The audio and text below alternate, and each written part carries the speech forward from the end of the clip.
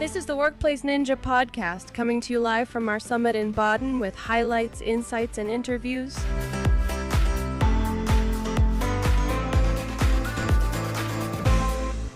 So good morning, welcome back at day 3 of the Workplace Ninja Summit here in Baden.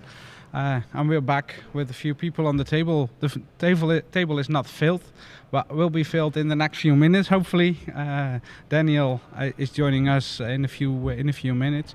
But we have Eran already on the table to continue day 3 with some nice interviews. In the last few days, we saw a bunch of interviews with some vice president, VPs in Microsoft Workplace, but also some security guys. And we continue this day first with a security topic.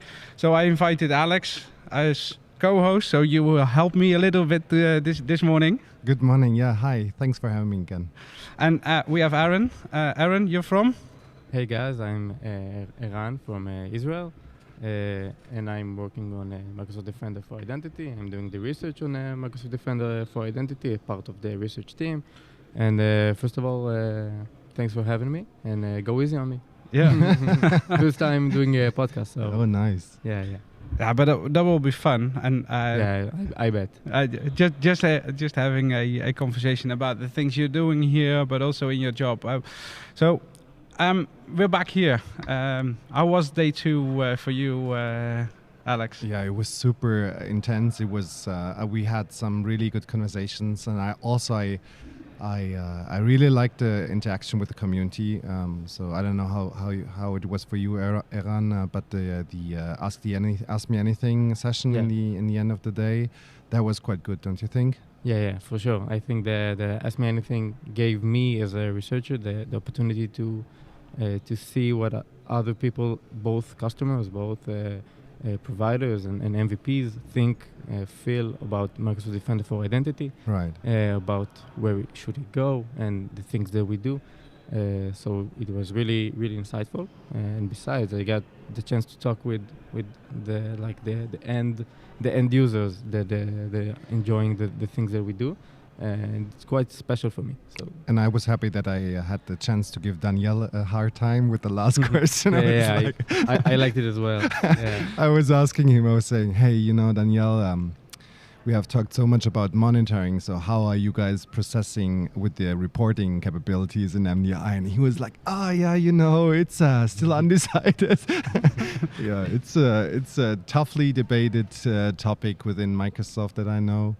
But yeah, people are still using that, and I think the value is really it's really good. So hopefully, if we look at the past within MDI, there are huge enhancements.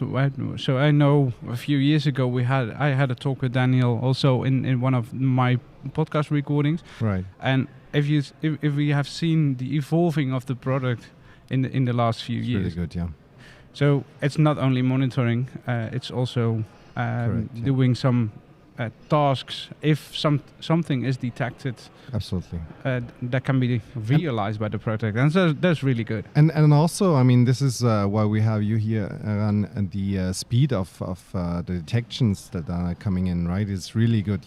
I think you really changed the overall, speed that the team has and everything. And also, I'm really curious to hear what your thoughts are on the general, attack landscape, and if you think that we can, some sort of keep the speed that attackers have with new attack vectors. And I mean, please tell us something about your work. It's so interesting. Yeah, we obviously must do better in the things that you said, because attacks regarding identities are evolving quickly, and we must give our customers the best experience and the best protection.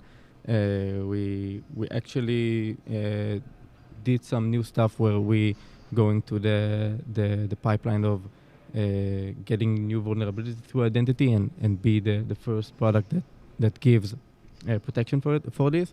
We had, I think, in May 22, it was a great example of a new CVE that was really, really critical. That we covered first thing when it was published, so it was really cool. And yeah, we have great pace to keep on, because the identity world evolves like for multiple on multiple levels, both within Active Directory, both with third-party service providers, and you have also AAD and all the hybrid stuff. So this is a big challenge for us, but we're not afraid of it. Yeah, I was also pointing out yesterday in the session that I think your work is nothing less than the overall success of how we're doing in the security space, because I mean everything else that EDR is bringing to the table we had before, right? So we had everything when it comes to log collection with legacy SIEM solutions, also the detection, like custom detections and everything. We had that. I mean, this is nothing new. But in the end, it is just helping us to, prevent the majority of attacks that we're seeing. But that small and still increasingly amount of nation state and APT, like professional attacks, I think organizations in all over the place that don't even have dedicated teams, but try to do their best, they are totally relying on your work and the speed and the success of what you're doing with the new attack patterns, the prioritization, and also the idea of how can we bring that in to attack more sophisticated and advanced attacks is absolutely what it needs to enable us as the industry to be able to protect against very professional nation state or whatever attacks. Yeah, and actually this is a very interesting point, the EDR view, because obviously we have to have both solutions as a complementary of one another, but in the end of the day, EDR by itself has some inherited limitations, because sometimes there are attackers that operate from machines which don't have the EDR on them, and sometimes actually a very sophisticated attacker can pull off a full campaign using like only native binaries on Windows, but if he knows how to use them and abuse them, it actually can do quite serious damage. Having Defender for Identity on this scenario will help you to put some monitoring and detections on the centralized point of the network, because if you have I'd say the attacker can't evade this that easily, and because we have the visibility of the domain controller. So once we have this like complete visibility, we can bring new stuff to the table that complements the EDR story much better, and also we detect abnormal behaviors. So even if they are used by like native binaries like net or Diasquary or things like that. Yeah. And if we talk about these kind of stuff, what was in your session? You did a session with Daniel already. What was that session about? Yeah, so the session that I did was around Active Directory certificate services, which is, I'd say it's not a so new threat landscape, but this threat landscape has evolved massively in the last 2 years, and to be honest, was overlooked by practically anyone, both the security teams and both the security vendors. But at the end of the day, you have all the fancy protections, both EDR, both identity, and an attacker will have a really, really hard time to move laterally and escalate privileges, with the traditional methods. But most of the organization we meet has ADCS, and most of the organization that has ADCS, I'd say 40 to 50% has some serious misconfigurations that needs to be addressed, needs to be detected, and it can make the life of an attacker much easier, because he has a low-hanging fruit, giving him sometimes maybe even full domain compromise, domain admin impersonation, and this is like the topic that I try to cover. There are many techniques around that, and I try to surface them. And from now on, it probably be GA soon. Defender for Identity will cover that and. Is it still necessary? Because Microsoft is realizing Cloud PKI, so an ADCS server in your own environment, probably not needed in the future. But in the meantime, organizations still have a lot of ADCS environments, ADFS, for example. We do also detections on ADFS. So probably they're still needed in the next future because it can be disappeared in an you can remove it in an organization probably. What do you think? I think for many organizations this is still a long way to go, don't you think? I mean, this is at least from the enterprise sector, I can tell the customers that we have. I couldn't support the statement that you made, Eran, more, that especially in the organizations. Mid-size is even worse, in my honest opinion. They have had somebody that built the certification services, but these guys, have left the organizations or have left scope of how crucial that whole service is going to be. And if you take over the certificate server, this doesn't not only give you control about services, it basically gives you complete control over the environment. And I even think that experts in the field that really know that stuff well, I think we don't have many, right?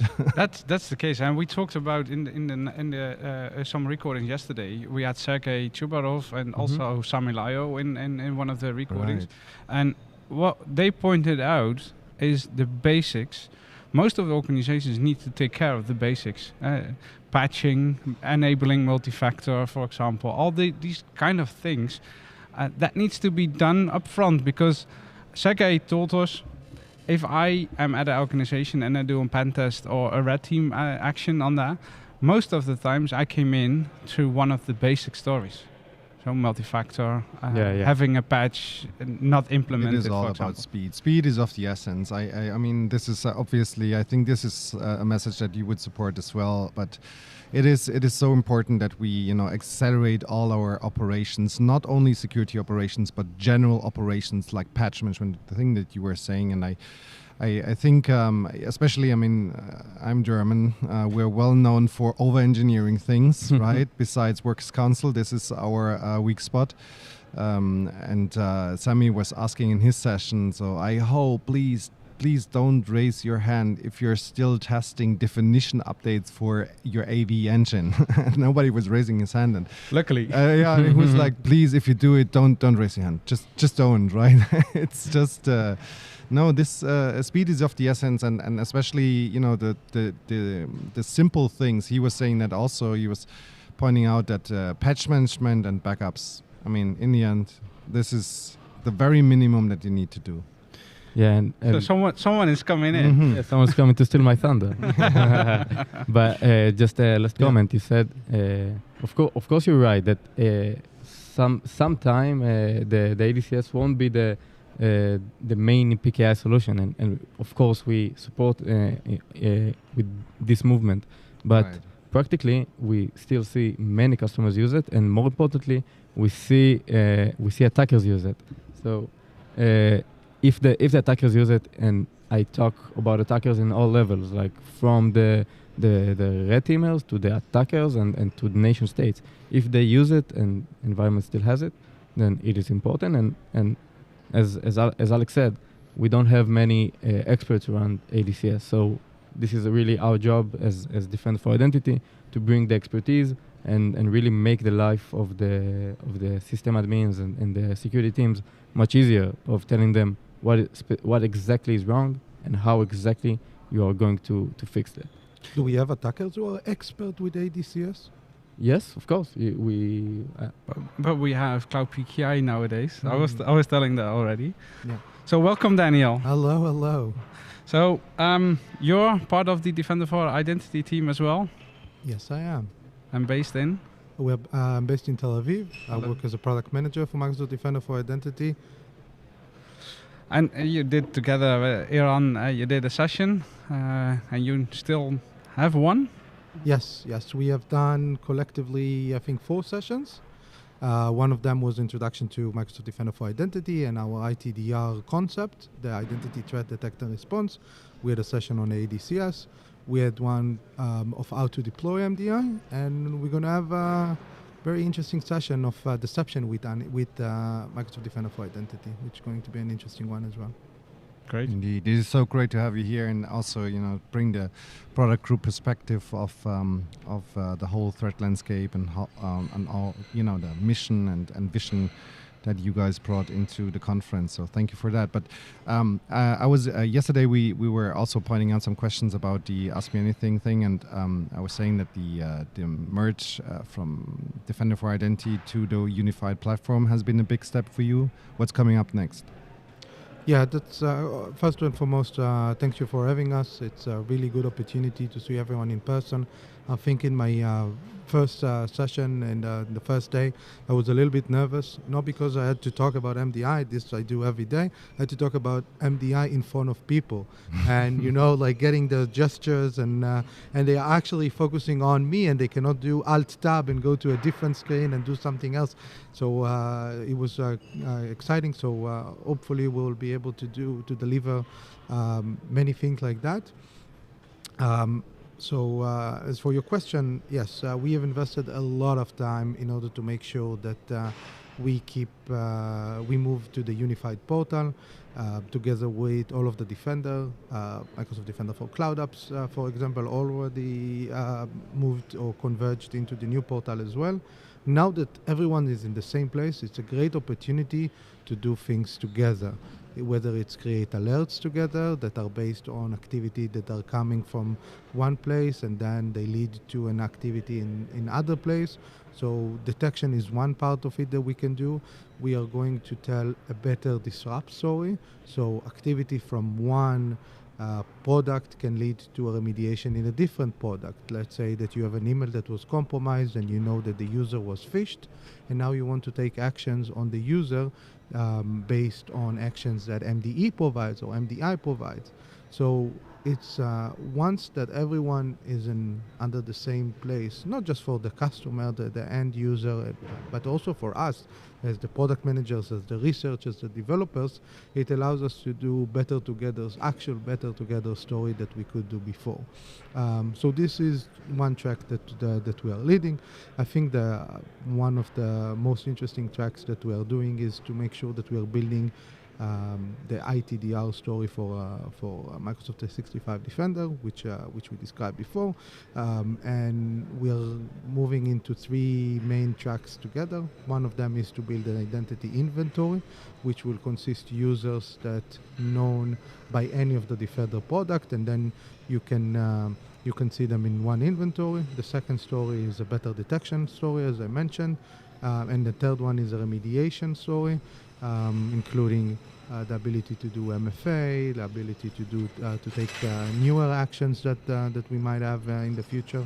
So yes, the ITDR track really consists of a lot of interesting areas that we need to explore, and obviously not just not necessarily only in the on-premise world, which is the territory that we are familiar with, and more specifically Active Directory. ADCS was one of them, another on-premise activity, but also Entra Connect and even third parties outside of Microsoft. This is also a focus that we're going to do.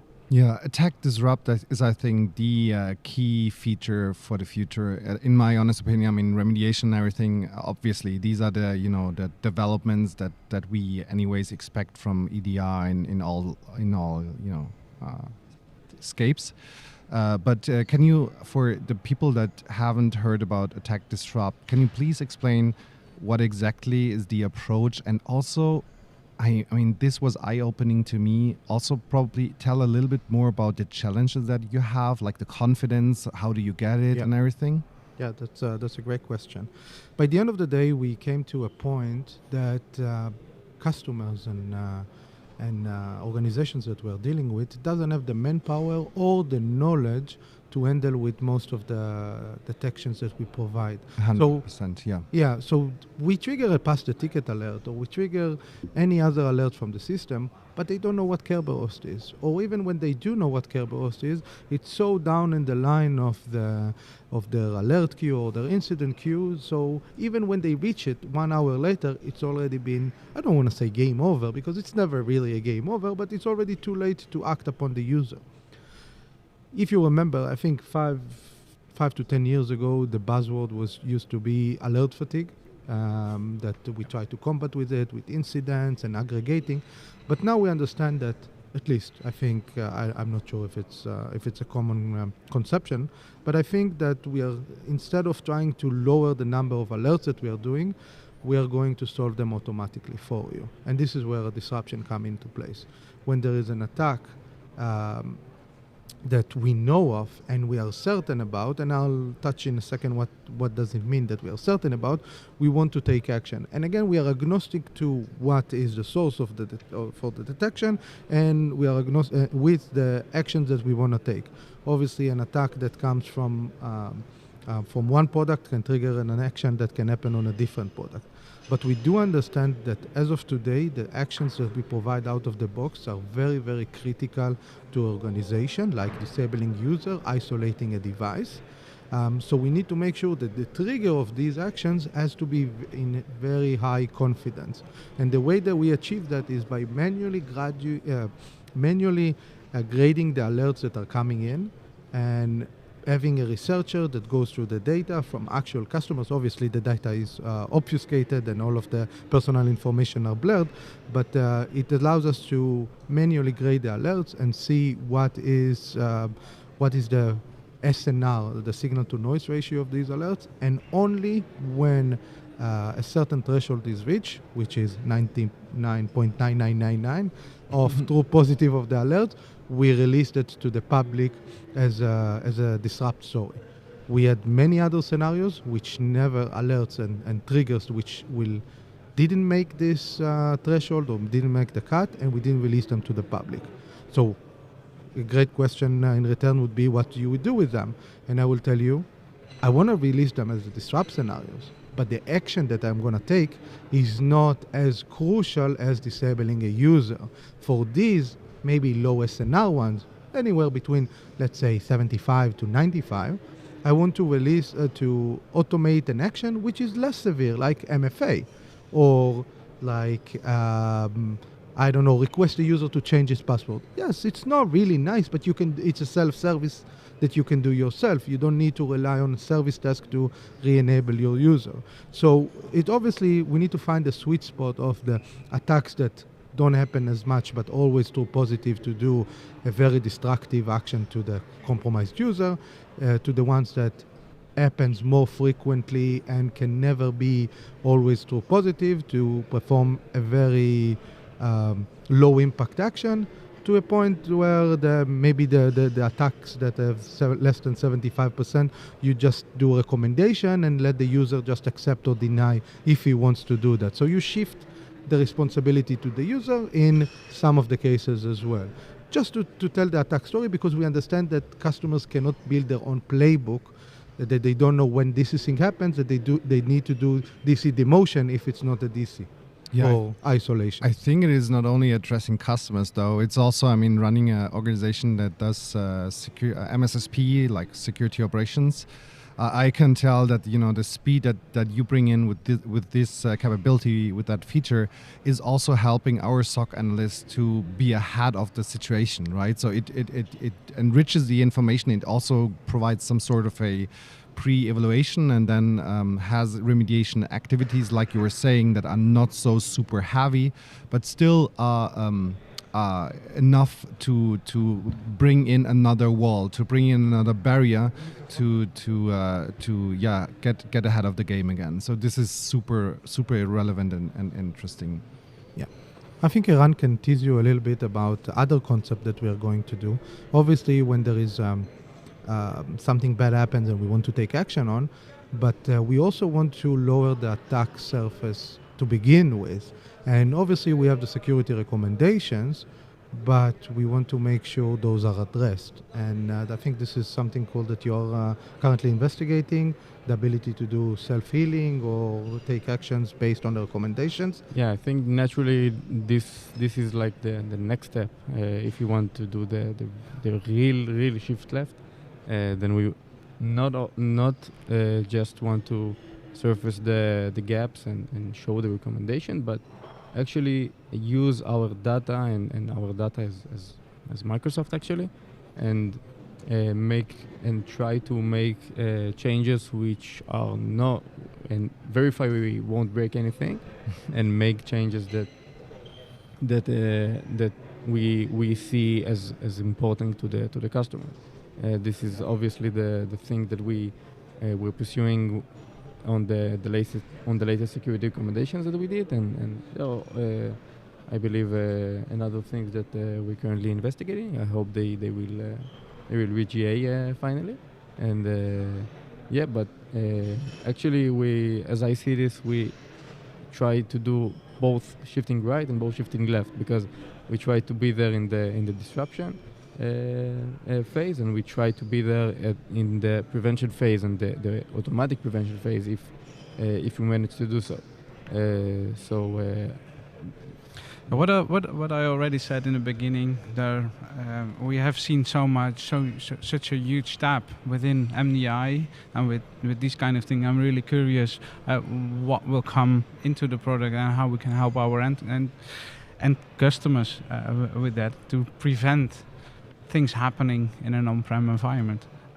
But we need to finish up because there is another community stage presentation that will happen in a minute of 5. So I need to prepare that one. Thanks for being here in the show again. And probably we can meet up afterwards to probably have another recording that we can face on some other platforms, and to leak if some new things are coming when it's GA to do stuff with that. Sure. Let's do that. Yeah. Thank you for having us. Thank you. Thank Thanks, you. guys. It was a pleasure.